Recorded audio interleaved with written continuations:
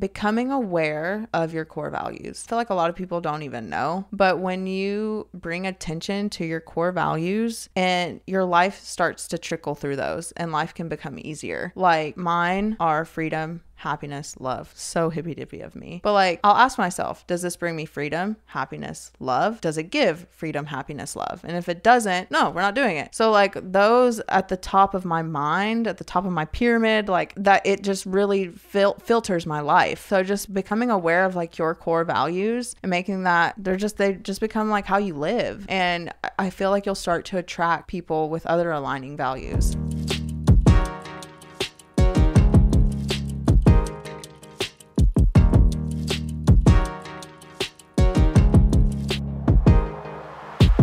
Ladies and gentlemen, welcome back to It's the Bearded Man podcast with your favorite, the world's favorite bearded man, Bob Bay. Each week with our guest episodes, I try to put the spotlight on someone who, in my eyes, is living their most authentic life. Our guest today is from El Dorado, Arkansas. She was a contestant on cycle 22 of America's Next Top Model. She's worked in the modeling world. She had a full-time job with Bev, and now she's back to working in the influencer space as well as acting. She's the co-host of Oh, Here We Go podcast, a podcast about all the conversations you didn't know you wanted to have. She's always grooving. Today on the podcast, Lacey Rogers. I'm literally grinning ear to ear right now. Why is that? I don't know. I'm just so flattered. That's you. You've been crushing it for a long time. I had no idea what you were about to bring up, and it's just so cute that you have this like printed out. And because I don't do this for my podcast, this is so prepared. Yeah. You know what's interesting? I didn't. So I've been in the podcast game for quite some time now. I didn't start printing like the notes until probably, I'd say like a month and a half ago.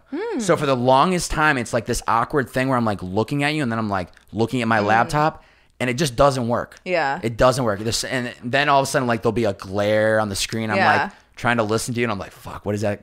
What does this say? Is on my screen? I can't read it. But then I realized go back to the OG of a piece of paper and then I'm good to go. I guess I do it more OG than you. I'm going to one-up you here. You go on the cuff. I handwrite my notes. Oh, so I have a notebook in front of me. Oh. You're another level. The problem is my shit would look like chicken scratch. I would literally just be like, I don't even know what I wrote. So I have to type it. Well, I commend you. Yeah, that's impressive. As I told you when I hit you up about doing this podcast, there is one thing about you that is so clear to me, and you are unapologetically, very authentically yourself, which is like the immediate sign of, oh, I need to talk to this person. This person needs to be on the podcast, because that is what this show is about. It's about putting the spotlight on people like you who I know what I'm seeing today has been a path of you becoming this person. But I think it's so important for people to hear people like you speak, because you wake up every day and you are yourself unapologetically, and I absolutely love that. Wow, that means so much to me. Like I don't know, that just really touched me. So thank you so much. When you messaged me that, I was like, wow, because I don't think like that. I don't see myself that way, but it's crazy when people bring it to my attention that they do see me like that. Yeah. And I'm like, wow. I think it's because you get so used to the rhythm of just, this is you just living your life, and you're probably surrounded by a lot of people who have similar mindsets and similar, like, I would say, belief in themselves of whatever they do, that it becomes normalized, which is great. It's a good thing to become normalized, but sometimes even myself, I have to pull myself out of here, especially living in LA, as you know. It's like the glitz, the glamour, the house in the hills, the cars. It's like so easy to get lost in that. And then I have to remind myself of like, where was I and who was it just like 3 years ago? And then I'm like, wait, you look at all the growth you've had and look at where you're going. Keep fucking going, but don't get caught up in all the other things of this that this beautiful city has to offer. So I think that's just what happens. It's just you're so used to walking to the beat of your own drum that you wouldn't have it any other way. But as we know, that hasn't always, I would say, been the story. So it's great to see. And I absolutely love to see it when people have that within them. Yeah. I mean, there is a lot of motherfucking bullshit. A lot of motherfucking bullshit. Where do we even start? We have so much to cover today. But yeah, like you mentioned, I think community. It took me years to find a good crew and my core friends that had the same core values as me, that aligned with me. And I'm truly so thankful to have, like, I think it's a good 4, maybe 2. I don't know. I have like a handful of people. If it's 4, put me on the starting 5. We got a whole team now. And it just really helps, like, having people that also prioritize themselves and their self-growth, that aren't caught up in the bullshit, that aren't caught up in the ego. Like, that's so powerful. Yeah. How long you've been in LA since 2015? Was that right after America's Next Top Model? Yeah. So you've been almost here 6 years then. Yeah, 6 years this summer. Quick 6 years or what? Quick 6 years. Yeah. I mean, it's crazy because I moved out here right after I graduated high school, like literally 2 weeks after. I was 18. I knew nobody. And looking back, I view 18-year-olds as like children. And I'm like, how the fuck did I do that? Like, truly, I had my own little studio in Brentwood. I was going to community college out here. I was modeling. And because I moved out here to be a model, it was very like model, like, I'm going to be a model. I looked different. I was skinny as fuck. Like, I was pale. I had dark hair. Like, it was so dark and straight with bangs, like very European looking. How did I get on this topic? 6 years in LA. Yeah, like when you 6 first years got in here LA. to at least where you are now. Yeah. So now being 24, I feel like I've gone through so many phases, and it's just part of growing up, especially like in your 20s, and in a big city. I have seen myself change for the better, and I love the person that I'm becoming, but it's crazy to look back on because I've been so many different people, it feels like. Yeah. You've gone through different seasons of your life. Yeah. But even at 24, I would say you seem to be very mature for your age. Like I thought you were much older than that. Like if you told me you were 28, 30, I wouldn't even flinch. But yeah, it makes sense. Yeah. But that's solely based on your personality. I was like, yeah, she's definitely older. But when I found out you're 24, I was like, she's way ahead of the average 24-year-old like mindset, I think, for the most part. And I would imagine that probably stems to you moving out here when you're 18. That just forces you to live a lot quicker. Like most kids at 18, majority are going into college. So they're living 4 years of the sorority, playtime. fraternity. Yeah. 22, they actually have to like start living on their own. So I would imagine that it's just allowed you to fast forward those years, while the majority of us, like myself, you do 4 years in college and then you're like, oh, I'm 22. I need to start growing up. Yeah. I need to be a big boy. I got thrown into the dog pound. Like, truly, I remember like being so lonely when I first moved here because I would see so many like Instagram stories or Snapchat stories of my friends from back home, like being surrounded by people and partying. And I was alone. Like it was so hard for me to make friends out here. It took literal years of, because I was thrown into this modeling industry and the influencer world all at once. Willingly, or was like the whole America's Next Top Model? Yeah, like, but was that, and that was something I definitely wanted to hit on today, was modeling always on the radar, or did that kind of just naturally, did that opportunity just fall in your lap and you're like, yeah, why not go for this? Like, it's probably every teenage girl's dream to be on that show. Okay, yeah, let's go to the origin story. Bring it back. Okay, so I think growing up, I was always pretty insecure, and that's something that I'm still aware of today, of my insecurities. And I mean, they've definitely gotten a lot better, and I've healed a lot of wounds, but I've always been pretty insecure. And when I was in high school, I started taking photos with one of my good friends. He was actually like my elementary school boyfriend, and we loved it. I had no idea the term creative director was a job title. I had no idea.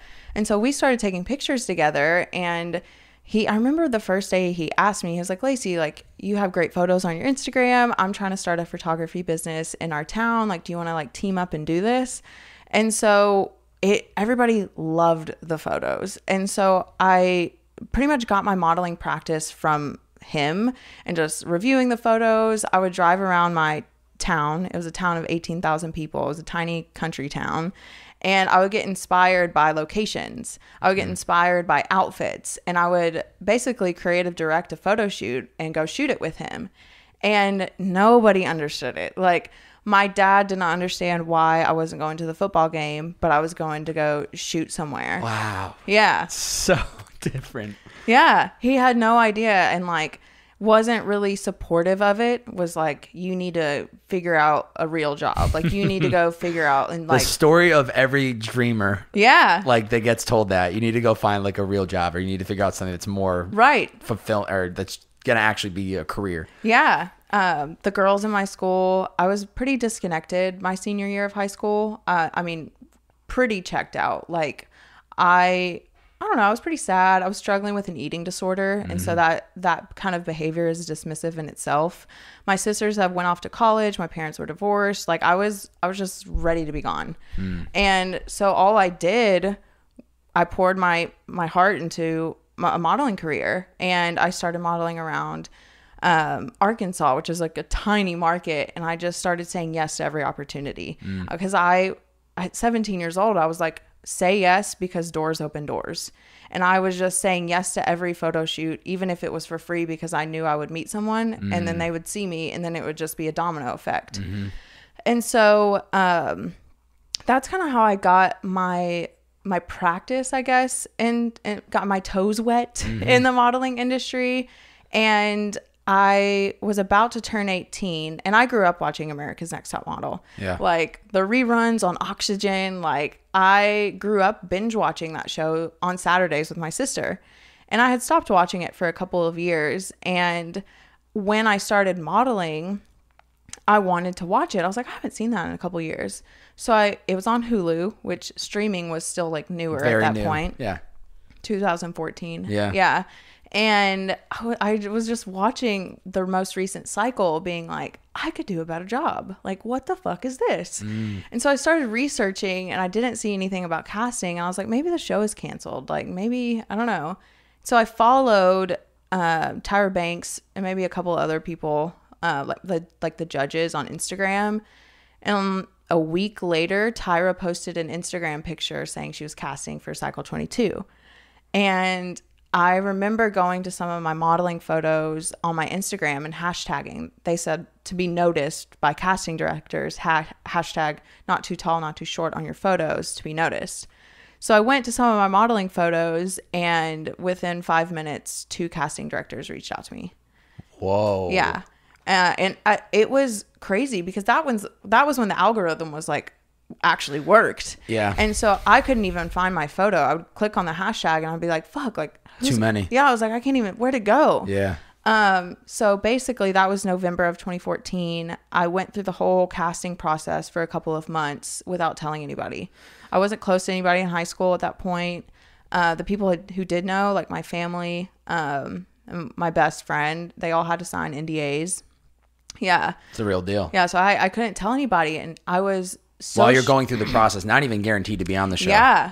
And it was like this huge secret because like I had been bullied. People were like making fun of me for modeling. People would call me Crimson Chin because of my jawline. Like, I was called Fugly Slut. Like, I was so over it. And so, I mean, I have this huge secret. Like, I'm about to be on a fucking TV show, motherfuckers. Like, bitches. Like, of course I wanted to scream that. Oh. And so luckily I got the call actually at lunch when I was at high school. When your senior year is this happening? Is this like the fall? Is this like midway through senior year? It was the fall, November senior year. Wow. And it went on for a couple months till I left in March to go film. Oh, so you're in communication for 4 months. It was a long casting process. Wow. Yeah. And I had to get permission from the superintendent of the school district to go because I was going to be missing exams, like your senior exams. But luckily I had enough credits to graduate, and he had to sign an NDA, and he was like, "You're a good girl. Go represent Arkansas." Wow. Yeah. Wow. And so the day people got let out for spring break was my last day, and I went to go film. And when you're filming for 2.5 months, you have no outside communication, no phone, no internet, no nothing. So I literally just disappeared. Can't talk to parents, family at all? I think once a week you can have a phone call back, but like to all my classmates, like, where the fuck did Lacey go? So even if somebody gets I actually don't know how that show works. I remember my sister watching it growing up, but if you get kicked off the show or whatever, do you just like, you just have to chill while it's still being filmed essentially? Yeah. So basically if you get eliminated, you quote, go home.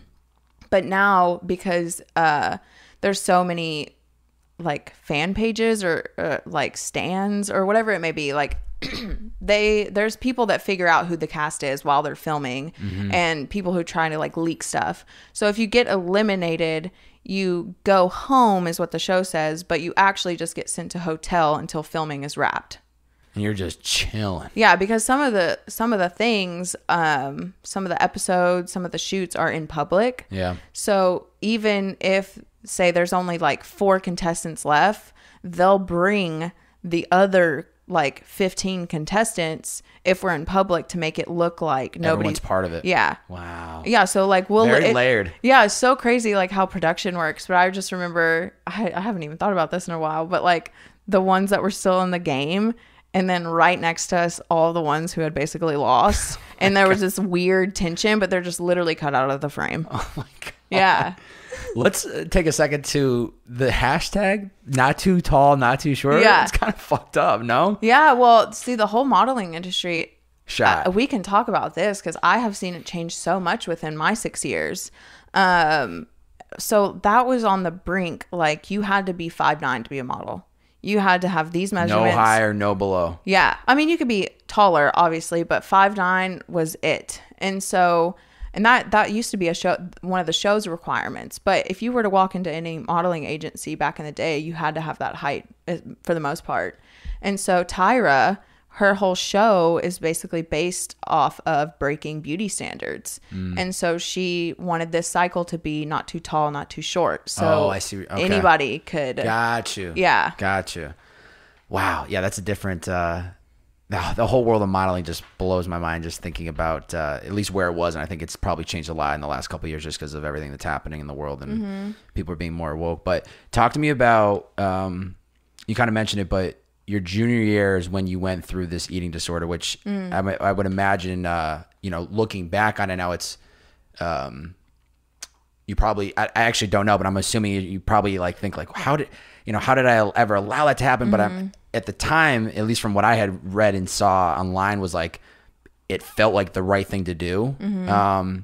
What put you in that? I know you had mentioned like there was bullying and there was shaming and all this other bullshit that is so typical in high school, but it's just I don't know why people do it. But what got you to this place where you felt like you had to literally stop eating? I think it was a gradual obsession of control. Like I think it's definitely like a control thing. A lot of people think it's like go eat something, but it's very much like mental, I think. And so how it started was, I think I just wanted, I remember that summer walking past the mirror and being like, I don't really like what I see. And I wanted to change that. And so I started losing weight. And growing up, I never got attention from any guys. And I didn't really care, but I was always taller. I was told that I was too intimidating. And actually, that's something that I figured out this week. This bubbly personality, sometimes I'll go up an octave in my voice. I think I learned to do that to make myself seem less intimidating because I had to. Why? Because the bubbly voice means you're very welcoming. Like very, very cutesy, very nice, like very like it's easier to talk to instead of this powerful voice. And I realized that this week that I was like, whoa, I learned that to like make myself seem less intimidating. Interesting. Anyways, so I started losing a couple pounds, and it was almost, I started getting compliments, and I hate that. Oh my God, you're so skinny. Like, oh my God, you're so skinny. That's a compliment. And I'm like, that's fucked up.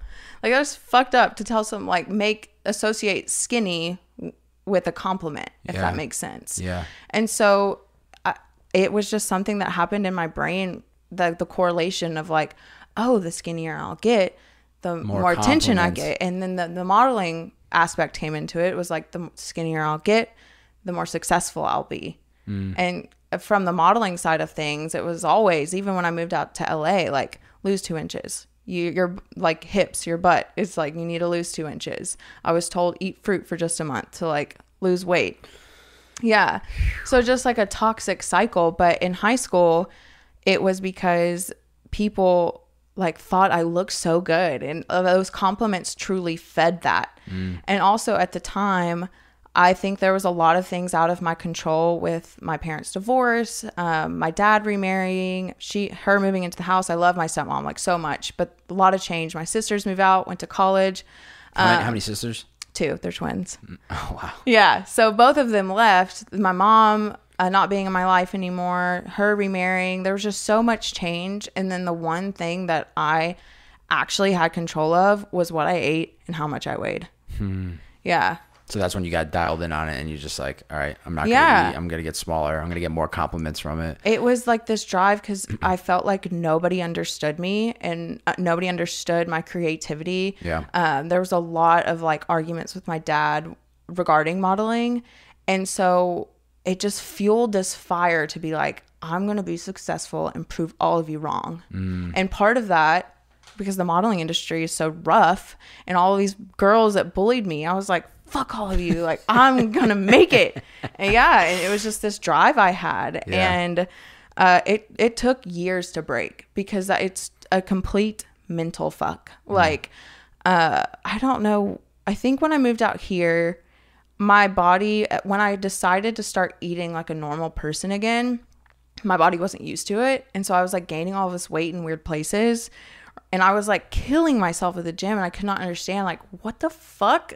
I'm like eating like a normal person, but like it doesn't look right. And it was because for so long, like my body was in starvation mode. And so it was just latching on to everything it could once I was actually feeding it. So it took years to like kind of get that like under control. But I mean, I was obsessed with counting calories. That was an obsession that I had to break. Like for years I wouldn't, and still I'm like, I'm not going to look at how many calories is in that. Good for you.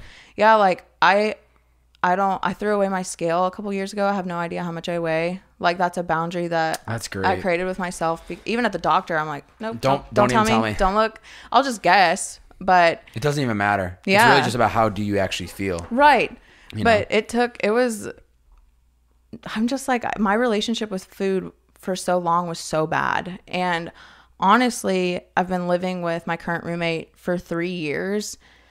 Her moving in with me, like beautiful body. Like she just naturally is fit. And I saw how her relationship with food was. And it was like a normal, healthy person. And I was like, whoa, like, oh, like I can do that. I can eat that and it's okay. So I really learned so much through her subconsciously. That's beautiful. Yeah. It's so like fucked up. Like for women, it's about, oh, you're so skinny. And then for guys, like, oh, you're so big. Like your muscles are so big. It's like total opposite ends of spectrum. But yeah. And if you're not trying to achieve one or the other, depending on if you're male or female, it's like, yeah, you're not doing what everyone else is supposed to be doing for that gender or whatever. But yeah, I really tried to limit my, I don't know.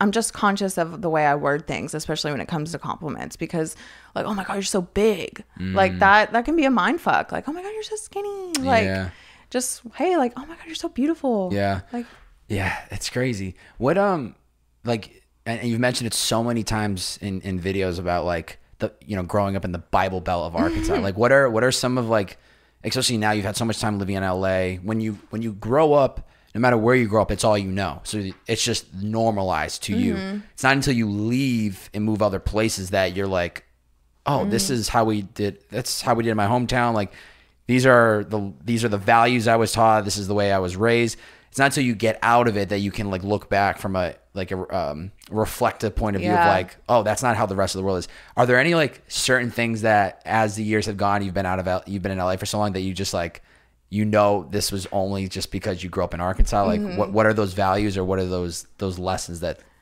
you were taught? Yeah. So I was raised very Christian, was at church Sunday morning, Sunday night, Wednesday night. My summers consisted, the whole summer I was gone at summer camps, and I loved them. I loved being gone. Like when you say gone, what do you mean? Like, I went to so many different summer camps, and they were all Christian based. Okay, that's what I was getting. Yeah. So all Christian based summer camps. Yeah. And I loved it.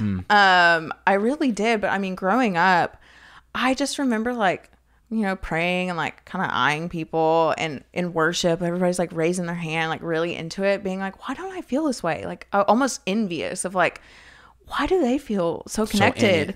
And I'm like, where the fuck am I? Like, I'm like, every time they would be like, if you need to let God into your heart right now, like raise your hand, come on down. I would say that prayer every time. Yeah. Sounds like a commercial for like a local fucking furniture store. Come on down. And because I like truly feared hell. Oh my God. Like, one thing I do not like about Christianity or religion in general is Fear-based. It's fear-based. And I just don't believe in that shit. But I was so scared of hell growing up and not being good enough Christian. I will say, I love the person I am today.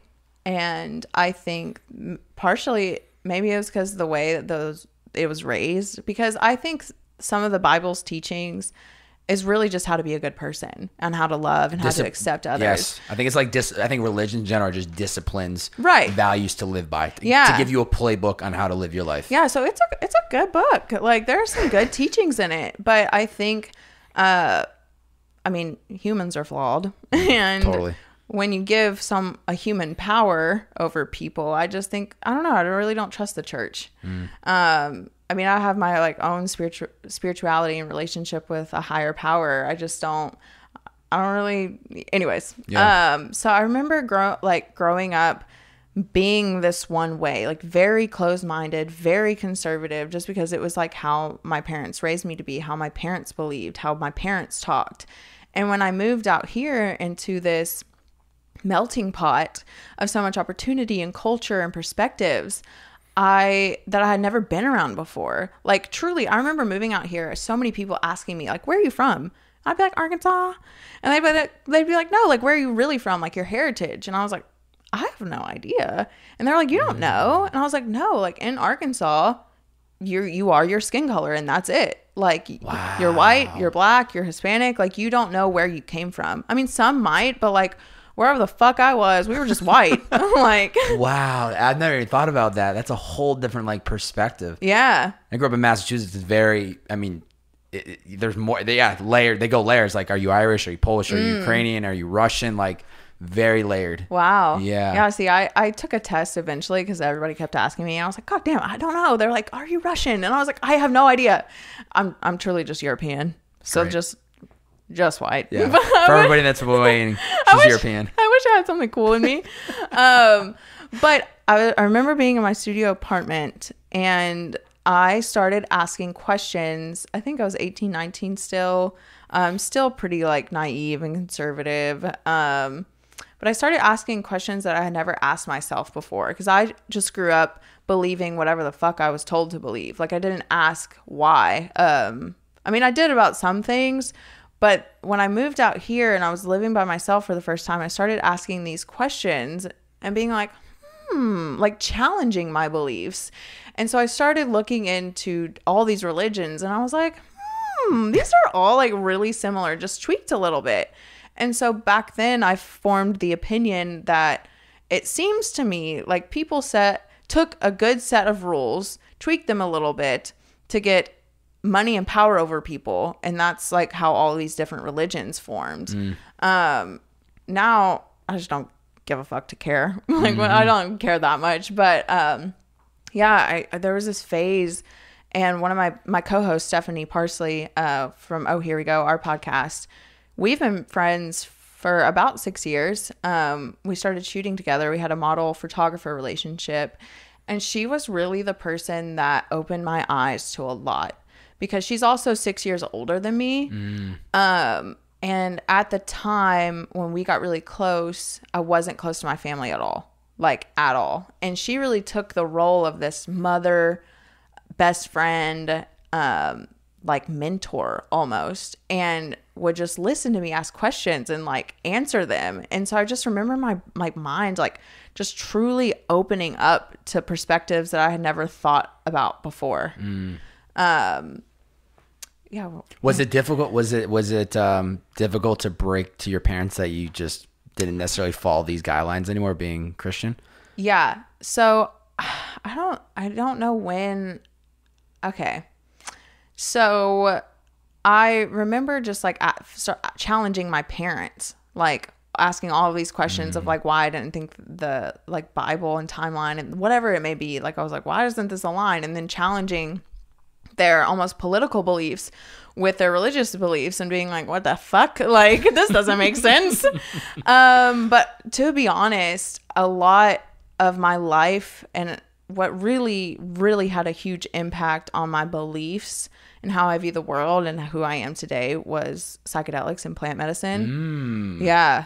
And that whole phase of my life in 2017 was hard. It was beautiful for me because I had, okay, there's two things. So personally, at this time of my life, when I tripped for the first time, I feel like my heart was just open to things that it had never been open to before. And I was just seeing so many different perspectives that I had never seen before. Like I just felt filled with love. And I had this connection to the earth and other people and what really fucking mattered. And I had never thought or felt this way before. And I just felt like I was on cloud nine. That like summer of 2017 was on a trip for the first time. And it was just so magical. Like truly, I was like vibrating at such a high frequency. Like it was insane. What was it? Magic mushrooms or? My first time tripping was on LSD. Whoa. Yeah. 2 hits of LSD. Fun time? Insane. Like, so I mentioned at the I don't know how many minutes ago about being scared of hell. The first day I tripped, I was with Stephanie and my roommate Allison. Actually, we were by the river in Arkansas, and I've never really liked weed either, because I like being in control of my setting environment. Like I like being in control of my body. Not a huge I've never been really fucked up either on alcohol. So I was You're not missing much. Yeah. I was really scared because LSD is also known as acid. And I was like, this shit's gnarly. I was like, acid? Like, are you gonna make me brain dead? Like, are you gonna fry my brain? But at that time, I had been asking all of these progressive questions, and Stephanie had been tripping for about a year now. And I think she just saw the growth in me and where my head was. And she was like, come on, you please. And so we ended up tripping together. And I remember laying there on the grass, seeing the trees breathe and the clouds breathe. Everything has movement. Everything has energy. And feeling like I'm truly in one with the grass. And listening to music. I have never heard music sound so dimensional before, ever in my fucking life. I mean, when I'm on psychedelics, I do. But that was the first time I was like, what am I hearing? Your senses are heightened. And I remember standing up, and the nature was just so beautiful. I was like, whoa, this is where we live. And we were out in nature somewhere, and we're going back into the city, slowly going from this beautiful nature place and coming back into the city and the buildings and the power lines. And I just remember thinking, wow, we have really destroyed this planet. And it made me so sad. I was like, what have we done? And I'm sitting in the back seat. Music sounds insane. I feel like I'm in a little rocket ship. And that was the first time I accepted death, because I'm sitting back there and I'm like, we could crash this car right now. And I had the thought, I was like, if I am supposed to go right now, it's meant to be. I've lived a good life. I've served my purpose, and it's time for me to go home. I've never had that thought before, but I was like, if I'm meant to go, it's my time to go home. Oof.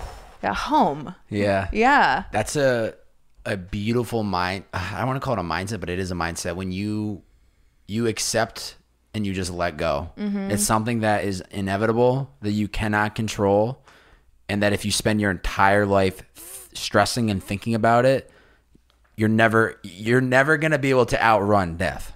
Yeah. So therefore it's accept it, make smart decisions. I'm not saying go jump in front of cars and think you're just going to live or jump out of planes.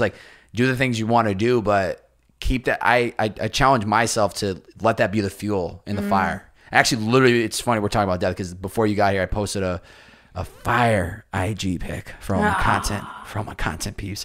But the caption was about that. It's similar to what we were talking about earlier of like, I think we both wake up every single day. We unapologetically, authentically do the things we want to do because we accept and understand that at some point this shit's going to end. This whole experience is going to end. We're going to die, move on to whatever that next phase looks like. But when you accept it, that it's inevitable and you can't control it, you learn to just let go and you actually get to just begin living the truest life because you know you have nothing to lose and you have everything to gain.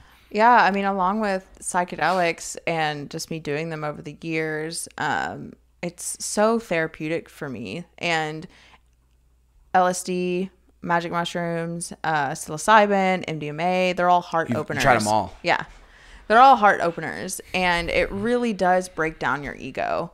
And I feel like that has helped me so much on my journey of authenticity and like living who I want to be because like your ego truly is a protective mechanism. Like your ego will never go away. Like if you if you're tripping or whatever, like the term ego death is such a big thing.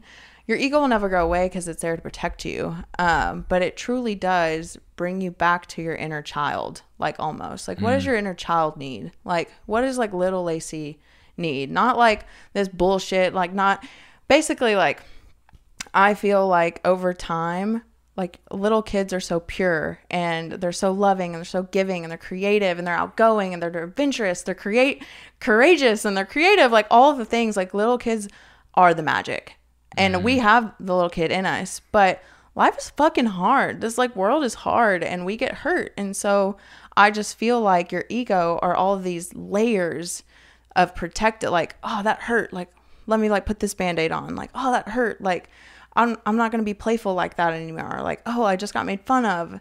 So that's your ego. And so these plant medicines or these practices like strip all of that down and bring you back to you.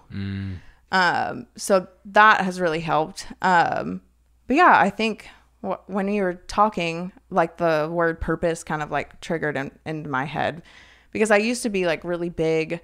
I think purpose is like a huge word in LA. Like, what is your purpose? Like, why are you here? Like, what are you doing? And that's great. Like, we need purpose to like give us motivation to like, which is really hard to find too. Yeah, it's so hard to find. Very difficult, and it gets very intimidating if I ask you what's your purpose and you don't know what it is, it's like you feel lost. Yeah, you feel lost. You start getting anxious. It can if you don't approach it correctly, it can really screw with someone's head. Yeah. So at this time of my life, purpose was so big for me because soon after I fell into a pretty big depression where I didn't feel like I had a purpose, and I thought it was to help people, and I still feel that's true because we all help each other. And I was like, I want to help people, and then not until more recently, I feel like saying like I want to help people almost puts me on a pedestal, like, you know what I mean? It puts someone below me, like they need help, like I need to help them. And so now I feel like my purpose truly is to just be. Like I feel the word experience has been so prevalent in my life recently. Like I truly feel like we are here to experience and to love. And that's it. Yeah. Like, I mean, there's so many things that we can dip our toes in and like try out and experience and help, whatever the fuck. But like experience and to love and to just be. Like there's no like, I have to find my purpose and like then I will be fulfilled. Like, but what if you're just Lacey? Yeah. Like no title, no bullshit. Like not Lacey the model, the creator, like whatever the fuck else I do. I'm just Lacey. Yeah. But that in of itself is helping people. And it doesn't make you, it doesn't like I very much, there's a lot of layers to my purpose and why I do what I do. And the aspect of helping people, I don't look at it as if I'm above people. I look at it as if I'm right beside you. I'm trying to help guide you in that direction that you really want to go. I don't think I'm Mr. fucking God knows it all. Yeah. You know, I joke around on like a lot of these podcasts. I'm like my bearded wisdom, but I always make sure that people understand like, I don't have all the answers. You're just hearing from my own experiences. Yeah. So you can take it and run with it or you can, you know, leave it as is. But I'm so aligned with you and on that. And I think exactly what you said, strip away the title, strip away what you do, whatever, blah, blah, blah. There's an energy to you. There's an energy to the people that where it clicks like that, where you are, I hate to keep repeating this, but it's so, I don't know if it's because I'm a very people's person at heart, but I can read and feel people energy really, really quickly. And I like see a light, I see glow when I find people like yourself where it's like, you're just who you are. You're not putting on this facade, which there's a lot of that bullshit out here where it's like, if I'm introducing myself to you and I haven't even asked what you do and you're just like, yeah, I started this business, I do this, that. I'm like, all right, this is not my type of person. That's how the conversations out here go. And I've become aware of that. Yes. But what I've realized is if you find what we talked about earlier, community, when you start surrounding yourself with the right community and the right people, you end up getting placed into these places where that's not the number one thing. Yeah. There still always be people that's what it's all about. But you start surrounding yourself with people that what you do, it does not matter. Right. They're just very opening and welcoming. And I might be wrong, but I have found that to be so true, especially in Venice. It is welcoming. It is arms wide open. It is not about what you do. I used to think the dream was to live in WeHo, West Hollywood. Love West Hollywood. Love going over there Different and having energy. fun. But it is different. It is who are you? The glitz and the glam, valet at every restaurant. What car are you driving? Yeah. None of that shit is here. Yeah. This is like a very expression, like loving community. Yeah. But a lot of like the times, and it's because it's an easy question when you're getting to know someone out here. It could be anywhere, but I just know what's out here. People will be like, so what do you do? Like, who are, like, what? It's usually like, what do you do? Yeah. And I've become aware of how I answer that because I'm like, I have fun. Yeah. Or who are, like, what do you do for work? And I'll always, I'm like, or some people will ask like how to describe me or something. I'm forgetting like the question that's typically asked, but it is literally that. Oh, what do you do? Yeah. Literally. Oh, what do you do? That's literally it. What do you do? Or like introduce yourself, whatever the fuck it is. But instead of being like, I'm Lacey, I like model, I have a podcast, like I'm into acting. Instead of saying all of those things, they're almost like things to really hide behind your feelings. Those are like surface level, like masks almost. That those are, instead of saying like all of that, I'm like, I'm Lacey. I love music. Like I like to have fun with my friends. I love to host. I love to dance. Just change, like I am statements, like stuff like, or whatever. Like I am peace. Like I am happy. I am love. I mean, that's a little hippy dippy, but no, you know. Yeah, that's good. I definitely try to, I really think the issue can be is, I think it's okay to own what you do. Like if somebody asks me, what do you do? I just go, I work in the podcast space. And if they pry at me and they go, well, what do you mean? Like, then I'll go into a little bit more of the layers. But the other thing is like, sometimes you ask somebody what they do and it's like, sit back, relax. Cause they're about to go through their whole, like, oh yeah. It's just like, oh, all right. I didn't ask for the full picture. I just wanted some context to it. But we can change the question to how are you? Yeah. Instead of what do you do? How do you feel today? Yeah. Yeah. How's your day been? Yeah.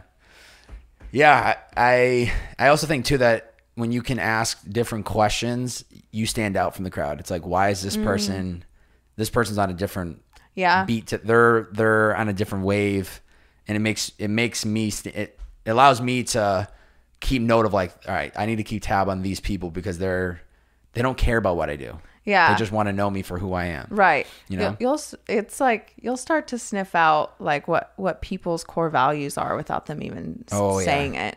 Yeah. And I'm unapologetic.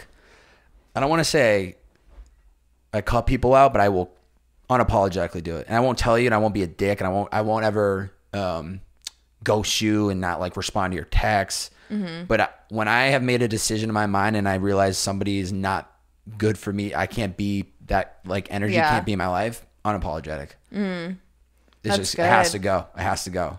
That's a good trait because a little bit, a little trial and error, see if they can get themselves back to a good situation. I don't know. I just hold on to people that I love, even though if they don't. I hear that. Even though I know it's not good for me. Yeah. But I don't know. It's something that I work on. I'm aware of, but therapy. Speaking of therapy, how has therapy helped your wellness? Oh, so much. I mean, honestly, I feel like at this point, I don't need it for guidance at all. It's just really nice to be heard. Totally. You know, like to have someone fully presently hear you with no judgments or projections of their own opinions. Because that's what you'll find a lot in some friendships. They'll always, a friend may or may not tell you, like, you should, I think you should, this is what I think. And that clouds my judgment of what I want to do for my fucking life. And so to have a therapist just sit there and listen to me wholeheartedly for who I am and just challenge me with questions with new perspectives, like, I just like to be heard. Because it's not like I need it right now truly as a crutch, but I go in there and I'm like, bitch, like, get ready. It's been 2 weeks. Like, I got like an update. Like, I talk to her like that. I'm like, sis. You come walking in with the popcorn already popped. Pop this open, sit back. We're about to go down a rabbit hole. Yeah. And it's so nice. But yeah, I did therapy a couple years ago when I was struggling with depression. And I fucking hate that therapy is so goddamn expensive, first of all. Yeah, it's fucked up. Like, that pisses me off. Yeah. Like, oh, you're here for someone's well-being, but you're going to charge them $200 an hour? Yeah. Like, no. So that's why I stopped going a couple years ago, because I was like, I'm good. Like, I was like, I talk the whole time. Like, you don't get much talking time. And so I started going again last July, August, when I was in a relationship. We started going to couples therapy, and I made sure to find a more spiritual therapist. Whoa. My last boyfriend wasn't spiritual at all. That was one of the disconnects we had. So there was like a little disconnect in therapy because spirituality makes him uncomfortable. It's a whole thing. But like, I'm like, another podcast episode. Yeah. Part 2. So when we broke up, I just have kept going to see her. First it was every week, then every 2 weeks. Now it's like every 3 weeks. Yeah. And it's just nice. Yeah. I highly recommend. Yeah, I would definitely, and maybe there will be. I think the one thing that's not allowing me to go is because I'm just like, I don't want to pay this amount of money. I probably at some point would start doing it, and I feel like the only reason I haven't yet is because I do solo podcasts every week, and I kind of joke on the podcast, but I'm like pretty authentic about it. It's like, this is literally my therapy session, and I've gotten so comfortable with talking about pretty much anything that there is no holding back, and it actually forces me when something is so relevant in my life in this moment. That's the solo pod topic of the week. So it's actually in real time allowing me to get this shit off my chest. Yeah. And let it out there to the world. And obviously I'm not saying every person should be doing that. Yeah. For me, it's just like, I love it. I love it because I'm letting it out. But also, if I want to do this podcasting career at the highest level, the only way to do that for at least the world that the path I'm trying to walk with, it's like helping people reach their potential, self-development. You could bucket it on a lot of different things. I got to walk that path with the people that are listening. Because if I'm just like sitting back and only talking about all the good shit in my life, it's not relatable. Yeah. So it's been interesting. Even the episodes that I've really opened up on some things that I was like, I cannot believe I'm about to publish this shit, have been the most impactful podcasts to date that I've gotten the most like direct DMs and outreaches where I was like, damn, like, because it's real. Yeah, it's real. So it's that's been my therapy session, is like doing those on a weekly basis, and it gives me peace of mind, which is really, really helpful to my wellness and health. I don't know what I've talked about with my therapist last. The fact that you even subtly just said like you guys attempted couples therapy is like respect to you, because I feel like in LA dating, it's like if shit ain't working, people are just like, see ya, on to the next, which is so like, hat tip to you guys for even getting to that. Honestly, like, I think that's why I stayed with, part of the reasons why I stayed with him for so long, because I never had a guy do that for me. Because I've always had guys really just walk away so easily, and I was like, whoa. And he was the only guy that was willing to put in the work as much as I was. And so it wasn't right. And I knew that for months, but I held on because it was admirable for how hard we fought for it. That's crazy. But with that being said, like, I held on for probably 6 months, and I know I shouldn't have, but it made the breakup so easy because I had nothing left. Yeah. Like, I had absolutely nothing left in me to like think about regret. Like, oh, should I done? Or like, once I had reached, I was like, I can't. Like, I literally can't. But that also allows you to live the rest of your life knowing you tried. Yeah. You didn't cut it too short, Right. too early.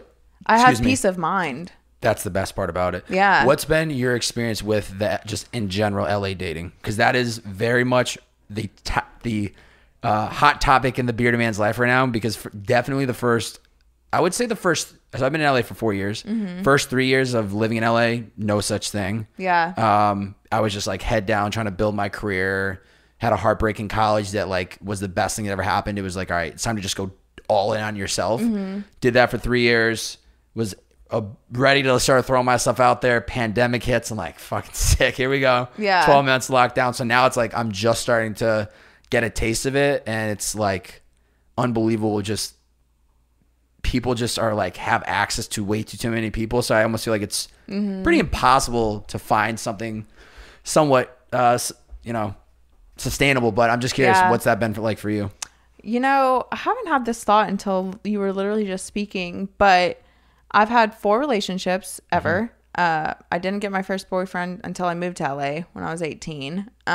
So honestly, each boyfriend I've had is truly a reflection of where I was. Of the season of your life you were in. Absolutely. Like looking back at those 4 relationships, those were 4 different versions of me. They were a mirror of me. And I'm like, wow, that's kind of cool. That's a good thing. That means you were attracting like whoever you were at that time. Yeah. Like first boyfriend, he was a model too.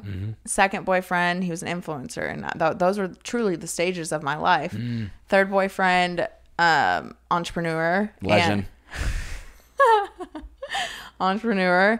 But we had a very spiritual relationship. And that was a reflection of where I was. That was powerful. And then the last relationship I was in, I just think, I'm trying to think, like, what the fuck phase was that? That was when I was working at Bev. I had a normal job. I remember like wanting a boyfriend with a normal job, like quote.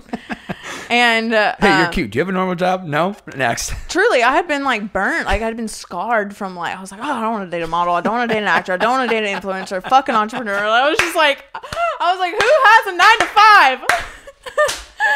I could see you on the side of the road with the fucking sign like, anyone got a 9 to 5? Come say what up. And I was like, oh my God, this guy has a 9 to 5 and he has time for me? Like, whoa. And I had a job myself too. God. So it was like this, I wanted this like normalcy. Yes. That's like the stereotypical like life, right? Like Yeah. both have a 9 to 5. Maybe have dinner 2-3 times a week. Yeah. Weekend, go for a hike and run in. Sunday, a little brunch. Do it all over again every week. It was fun for a second, but it's definitely like looking back on that. It was a shower thought. I was like, that like it was truly one of the most toxic relationships I've ever been in. Sheesh. And I had no idea until a couple months after. It's like a whole thing that I've been unpacking in therapy, but had no idea how toxic it was until I was out of it.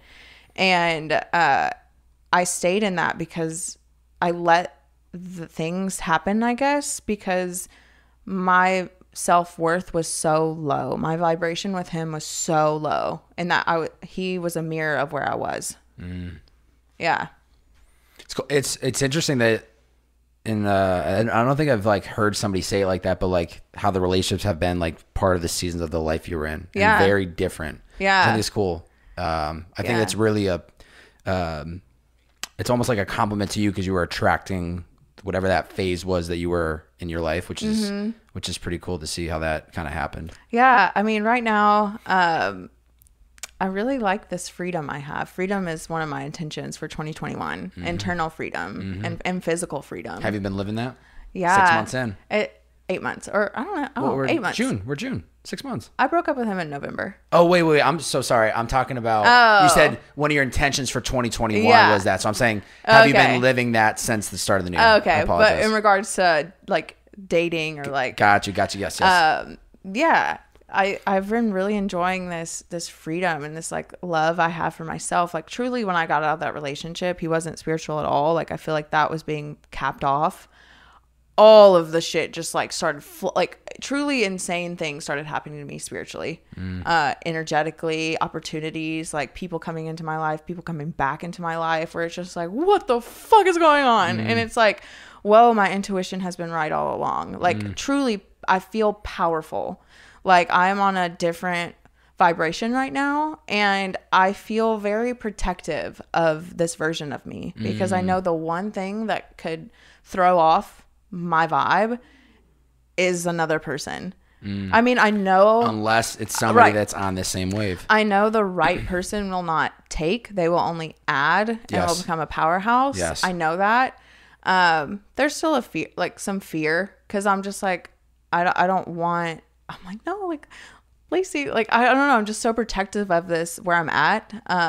And so that's also like a really healthy way to look at it, because I'm not like coming from a place of desperation or sadness or hurt. Like I'm truly just like living my life, and things are attracting to me. So like I think whoever, whenever, whatever it may be, will just come into my life, because I'm not looking either. I'm just like minding my own gold mine. Yeah, that I've definitely been somebody that hasn't been like in even pre the 3 years that I was out of like the dating game. Even like in college, there was nothing that was like official. It was very like seeing somebody for a substantial amount of time, and then it would like move on. It wasn't anything ever official. So I feel like, and my sister included, we both have lived most of our lives without relationships. So it's always been an interesting thing that we have in common with each other.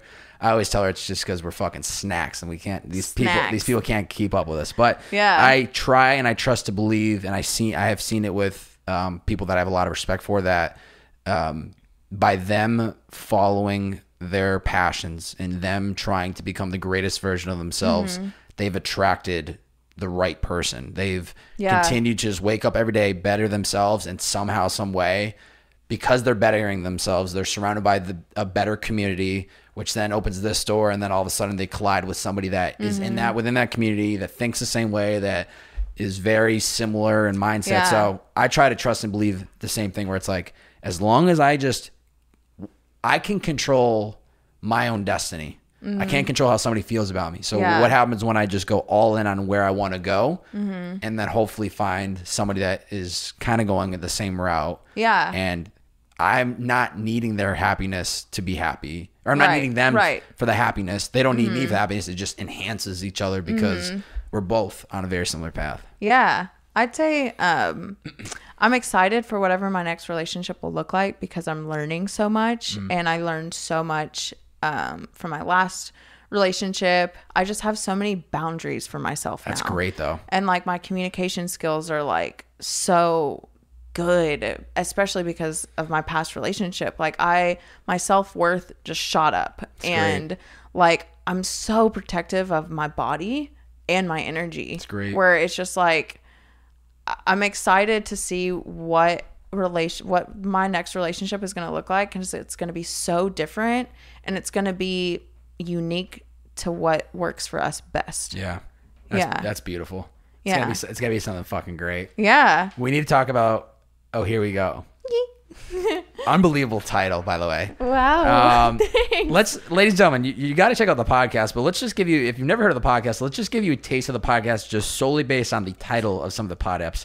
How to do threesomes, getting queer up in here, ethical fuckboy, let's talk OnlyFans, and open relationships. What was the intent and inspo for launching this podcast? And it's you and your co-host, Stephanie, who you've talked about a couple times on the podcast, who you met through photography and whatnot. Yeah. So she initially started it last year, and she was doing it by herself. And then she stopped it because the pandemic, Black Lives Matter was going on. She went through a breakup. And I mean, she didn't have many episodes at all. But Stephanie and I, she is a successful wedding. She's just a successful photographer in general, not just weddings anymore. She's a huge wedding photographer, like very well known, especially like in the South. And so she's constantly traveling. I'm out here constantly traveling, meeting people, and we have so many interesting conversations with people. And so Stephanie and I talk all the motherfucking time. And the conversations we were having with people and each other are just like, these are so interesting. And there were so many topics that we were and are curious about that I'm like, people should be listening to this. And I feel like Stephanie and I've always said that vulnerability is one of my powers. And it's really cool that I get to bring that into the workspace with the podcast. And so she's like I was telling you when we ran into each other at the grocery store, hard fucking worker. Like, I'm very much like, yeah, I have a thought. And then I'm like, oh, like, whenever, like that, I'm not, she is a manifester. She will have a thought and make it come to fruition within the hour. Yeah. And I'm just like, oh, whatever, it'll happen. And so with the podcast, she brought it to my attention. She was like, do you want to do the podcast with me? I was like, sure. Bitch bought the mics and the setup the next day. And I was like, oh, fuck. Like, we're actually doing this. So that's kind of how it came together. But I mean, it has been so fun. One, on the topic side of things, we're actually getting to bring on guests that can educate us about topics that we're really curious about. That's great. And they're fun conversations. And like the titles that you just read, they're so like almost like alarming and shocking. And especially from our Arkansas conservative background, they push the limits. Oh, yeah. People down there don't talk publicly. I don't even know if they talk in private about that kind of stuff. Yeah. And so for us to bring it to the public in I guess a genuine way, because we're like truly just curious, has been really cool. Like, the feedback we've gotten has been so fulfilling. But on the creative side of things, that has been so fun, like to bring my personality to life through art, and like the photo shoots has been so fucking fun. Yeah, like I really do take pride in our little Instagram, because there's so much art and personality in it. Yeah, that's great. I think this is a very important medium for you, just based on how much you have to say and like your outgoing personality, and a lot of the work you've done up until this point before entering the podcast space. And I know you have the YouTube background, so you probably already got a taste of like having a platform to kind of speak your thoughts and share it. But even then, YouTube is very cut and paste, like, you know, it's clipped around, edited a little bit here and there. I think a lot of the stuff you've done on YouTube is very much just like hit record, cut out like the dead space or whatever. But this medium makes so much sense for you because it's allowing you to showcase who you are. Yeah. And then it's allowing you to just like share and talk about these things that you already genuinely want to talk about. It's interesting. Like, how old are you? Take a guess. 28. Nope. Close though. 32. No. 27. 27. Okay. I didn't know. I know. Okay. It's a beard. It gives me a couple of years. But I grew up in just right on the cusp of like, I guess, social media. Like, I grew up with YouTube, and I would make little YouTube videos, like music videos. Like, I loved like making basically what TikTok is. I would do that growing up, like from a young start. I was bullied for those two. Like, goddamn. Look at you now. I know. Fucking haters. Where y'all at now? They're probably listening to this podcast right now. Truly. But as far as like you said, I've had the YouTube. I would express my feelings on there, and I think like younger, I'm like, I shouldn't have said some things, because I feel like part of me is like, oh, that was very attention seeking, so kind of regret some of that. But I'm like, why did I turn to the internet to express my feelings? Like, why? You know, and I think I've from a young age found a safe space in the internet, which I find a lot of people are, especially like people who have grown, like little kid, like TikTokers. It's like a safe space for them, especially like I didn't feel seen, understood, or validated through my environment that I was raised in, through my parents. So I turned to the internet from a very young age. Yeah. And so here, that's why it's so easy for me to open up like this now, 24, on a podcast and talk about these things, because the things like having a threesome, that goes against like all of my parents' religious beliefs. Like my mom actually sent me like a really like not great text message last week about that. Like asking me to promise her to never perform or condone any sexual acts with another woman. It is not what God has made us to do. Like, don't lower yourself to acting like an animal. Just like shit that I was just like, no. I understand where because the environment she was raised in and where she's at, I understand. Yes. But like, no. What you just said, though, is the most important thing is being able to put yourself in the shoes of somebody else. Like, I have a lot of empathy for people, even if you're disrespectful. To me, if somebody's like disrespectful to me, talking shit, I immediately just go, oh, I feel bad for them. They're a product of where they were raised. Projections. Yes. So not to cut you off, but that's great. Yeah. So it's like, I think a couple years ago, especially when I was on the brink, when I first started doing psychedelics for the first time, I was in the festival scene. I was like becoming my own person. And it was a person that my parents and my family were not comfortable with me becoming, because it's not what they wanted for me. And so we had like a huge like falling out. Like, I didn't talk to my mom for a year. Things with my dad were bad, like my sisters, like, and it was all that 2017 2018.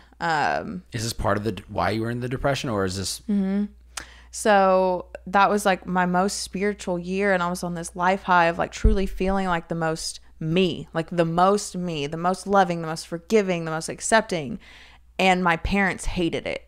And I was like, I don't understand. Like, I feel like me, like what? And it was like, it was dark. Like, there were suicidal thoughts involved. And it was just a scary time. But yeah, like, I've grown to this place. I used to care so much about what my family thought and like what I did. And now I'm just like, I don't give a fuck what y'all think. Like, yeah, you're blood, but like, this is my life. This is my experience. This is my life to live. Not yours. This is mine. So like, even with this podcast, it goes back to my intention for the year. We started the podcast in January 2021. That's freedom. That is total freedom to speak about the things that I do. Like, and to not care what my mom has to say about it, or to care, like, I don't give a fuck what anybody thinks. Like, this is my experience. Yeah. Yeah. That's beautiful. That's exactly why you got to be in the podcast space and just keep fucking going, because it's only going to bring more opportunities. And like I told you, it's just an incredible networking tool where you're just going to be able to reach out to people that you've already wanted to have conversation with, and this is going to be the platform to actually do it. Yeah. And the titling is great. Oh, here we go. Yeah. Unbelievable. Oh, here we go. Here we go. Yeah, you're going to catch yourself saying that in convos now. You'll always think of me. Yep. You'll think of Lacey every time you say it. I'll have that linked up, and I highly suggest people go check out the podcast. I've listened to a bunch of clips, and I've checked out some of the episodes, and it's what you need. It's one thing that I'm really proud of, because I think, I don't know, for I guess well over a year now, 2 years maybe, I've struggled with like this, like almost vanity. Well, I guess 3 years since that depression, when I felt like I had no purpose. I was like, what in the fuck am I doing? Like, I'm a model, okay, but like, I'm posting pictures of myself. Like, why? Like, why? Like, for who? Like, for me? Do I need this validation? No, but I feel like it's because I should be doing it because people think I'm a model and I'm an influencer and I'm holding products that I don't give a fuck about. Like, so I'm like lying to people, like, oh, it's my favorite gummy. Like, Like, I was like, what am I doing? And so I've just had this like major shift, especially over quarantine up until now, because I still like to model and create because it's a form of expression and creativity. But I used to struggle a lot, and I still do sometimes, with like how people perceive it. And I just get in my head of like, oh, do I look conceited? Like, oh, this is vain. Is this too much? Like, it's just a grooming I had to make myself smaller, to like make myself less powerful. Like, oh, is this too much? Like, it's like, no, like, Lacey, stand in your power. Like, you are who you are. Like, stand in your voice, stand in your ground, like, step into your power is like things that I've been practicing. But the podcast is something truly for one of the first things, I guess. I'm 24, I'm still young, I have more things to be proud of, but like, this is the thing that I'm really proud of, because it's me. Like, it's not about like how pretty I am or like what I have or what the fuck I'm doing. It's just me. Yeah. And that's something I'm really proud of. Yeah, that's beautiful. And the core and also what I love about podcasting, yes, it's great to have the visuals, but the core of it, what has always been the true purpose of a podcast? It's a conversation. Yeah. It's just listening. Like, of course, if somebody wants to do it in a studio, high production, have cameras, it's great. Please, please, please. But at its core, what are you doing? You're listening to a conversation. Yeah. And that's, to me, it's the beautiful thing of if a place that you can learn. The most learning I've done in the last 5 years has just been listening. From conversations like this to me listening to other podcasts. Yeah. Solely listening. Dude, I've learned so much through my podcast. Like these 6 months, like my mind is just more open. Yeah. Like, I mean, the threesome thing, like lesbian sex, like fuck boy. Yeah, open relationships. It's things that I've never like talked about or learned about or considered, and now I'm like, I wanna let's bring an expert on. Let's have a conversation about this. Yeah, like I'm like, wait, I've never heard these perspectives before. Yeah. Like I'm like, oh, now I get it. Yeah. Yeah. Interesting. I'm going to be listening to a lot more of these episodes, and I highly suggest you guys and gals do the same. Yeah. Final questions for you. What's an area of your life you need to put more effort into? Loaded question. Oh, wow. The sigh in that one. Shots motherfucking fired. An area of my life that I need to put more work into. Yep. I've been so busy. I'm really happy with the amount of work that I'm putting into my acting career. That's been really fun. But I think one thing that has been lacking that I still feel bad about sometimes is I love to provide for my friends. Like I truly do love to do the absolute fucking most for them. I'm a lover. Like I became the mom of the friend group, and this is irrelevant to the answer, and I'll answer in a second. But I recently heard, like, as a child, you become the thing that you needed most.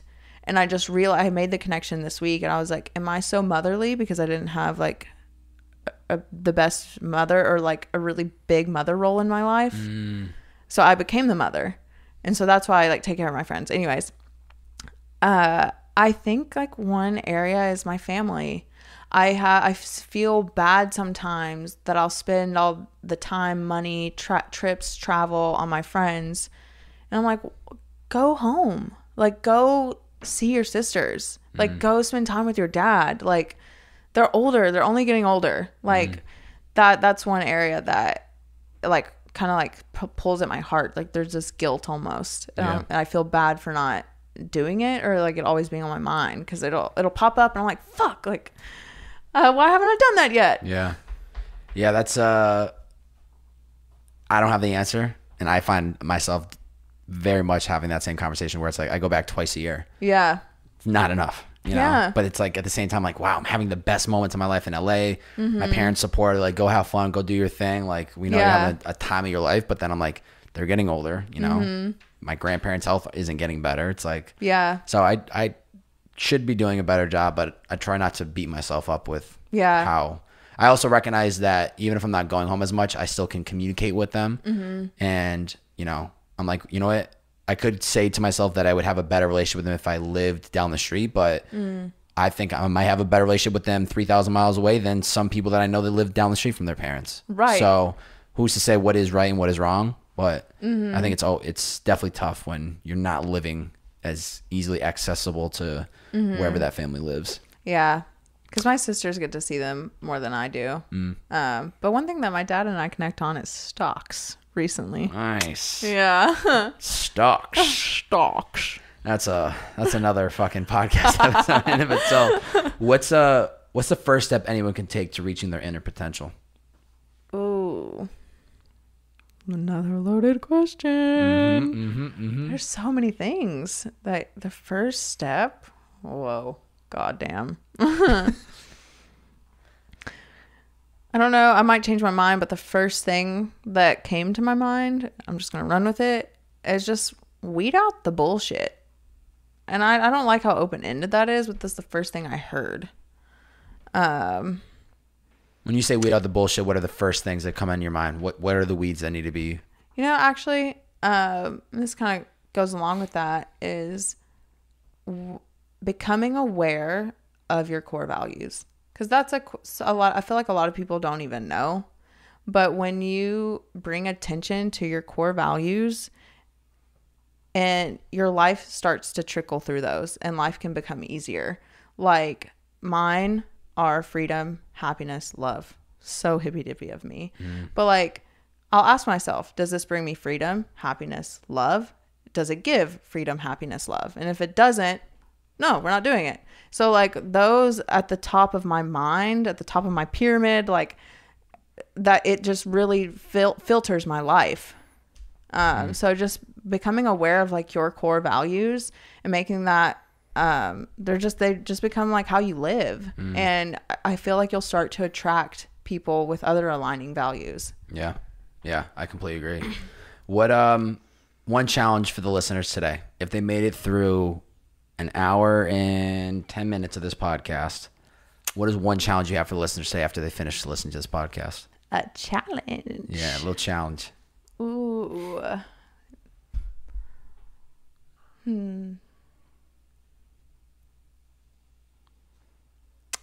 I guess two little things. Can you sit in your stillness? Because I think the secret is in the stillness. A lot of people, this world that we've built was built to distract us. We're so busy, so go, new, next, lights, camera, action, like all this fucking shit that keeps us from spending time with ourselves in silence, in your thoughts. So can you spend time with yourself? And what does your inner child need? Like, what does that 5-year-old self need? Like, envision you as you are today, and then envision you holding your 5-year-old self's hand. What do they need right now? Like, look them in the eye, pick them up, like tell them what they need to hear, what you needed to hear as a kid. And just see how that makes you feel. That stillness is so crucial. Yeah. It's unbelievable that when you imagine that you have to be go and moving in order to make progress. Yeah. But in reality, the stillness allows you to reassess the direction you're going. Yeah. You're always driving down the road that's going the wrong direction. You're never going to get to the right place because you're going the wrong direction. Yeah. You have to actually slow down. And that's been, COVID has shown me the importance of stillness in my life. Yeah. Non-negotiable. Like, I'm a very routine person that pretty much Sunday night through like Thursday, you're probably not going to see me. I'm just like here. It's when I do my work, balance everything else like business wise. And then it's the weekends where I'm like, switch, turn a gear, go be social, be Mr. Butterfly, like social butterfly, extrovert, go. But if I don't have that stillness and I'm always running, going to a dinner, going here, going on a hike, working out, like my mind is just, it doesn't have time to like reflect and think about everything in life. So yeah, the stillness to me is crucial. And then, reflecting on the inner child is really, that's a good one too. Yeah. I've been doing a lot of inner child work. Yeah. And it's cute. Like it makes me cry. I'm just like, I see like little Lacey and I'm like, whoa. Little Lacey. Well, Lacey, this has been such a pleasure. Such a great conversation. I knew there was not a question in my mind that this conversation wasn't going to be great. And like I told you, immediately when I just skimmed and kind of like got a gist just through your content, I don't know if it's because I'm a people's person or what, but like I could feel, I was like, all right, this is a girl that is just herself, unapologetically. I didn't really know much of your story. And I was like, got to do a podcast with her, reached out, locked it in. And then it's like when I start prepping, I'm like, okay, I see the end product, but like, let's figure out how did she get here? And you start peeling the layers back and you start hearing and learning about the stories of how you got to where you are today. And I was just like, this is going to be fucking great. This is going to be an awesome conversation. So really thoroughly enjoyed this conversation. Really appreciate you taking the time. And yeah, this is just really good. And I think this is going to be a really good one for the people that listen to it. Oh, wow. This means so much to me. Thank you so much. I just feel elated. I feel energized, actually. I like that. Yeah, I do feel energized and just so complimented. Thank you for listening to me. I mean, this is absolute pleasure. Absolute pleasure. Ladies and gentlemen, if you enjoyed this podcast today, I got a little favor to ask from you. Screenshot this episode on whatever platform you are listening in on. post it to your IG story. You got to tag Lacey. She's at the Lacey, Lacey, Claire, Claire. Cute. Tag her. Tag me at Bob-A. That's BO, 3 B's, 4 A's, and a Y. Share the podcast on your IG story. Let us know what your biggest takeaway was, what the learning was. I would be very, very curious, especially with everything we covered today. What did you learn? And let me know what that was. As well as in the description of the podcast, I will have her podcast linked up. Oh, here we go. You need to check it out. They also have an Instagram handle that is at OHHHERE we go. Oh, here we go. It'll be linked up in the description below. And make sure you guys and gals go check that out. Is there anything else that you last minute need to plug, or did I hit everything? I don't think so, but I need to start doing whatever the fuck you just did. I never do that. We're like, bye.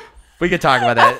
This is years in the making, so I've learned the do's and don'ts. Cool. We'll talk about it after. Ladies and gentlemen, thank you for tuning in. It's the Bearded Man Podcast. See ya. Love you.